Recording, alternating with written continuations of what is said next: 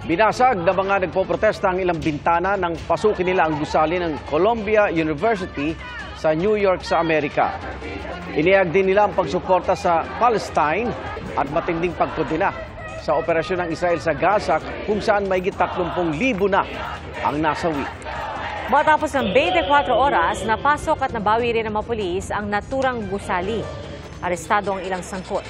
Sumiklab ang gulo nang suspindihin ng pamunuan ng universidad ang mga estudyanteng 2 linggo nang nagkakampos sa mga tent sa lugar bilang bahagi ng protesta. Mga kapuso, sama-sama tayong maging saksi. Mag-subscribe sa GMA Integrated News sa YouTube at para sa mga kapuso abroad, samahan niyo kami sa GMA Pinoy TV at sa www.gmanews.tv.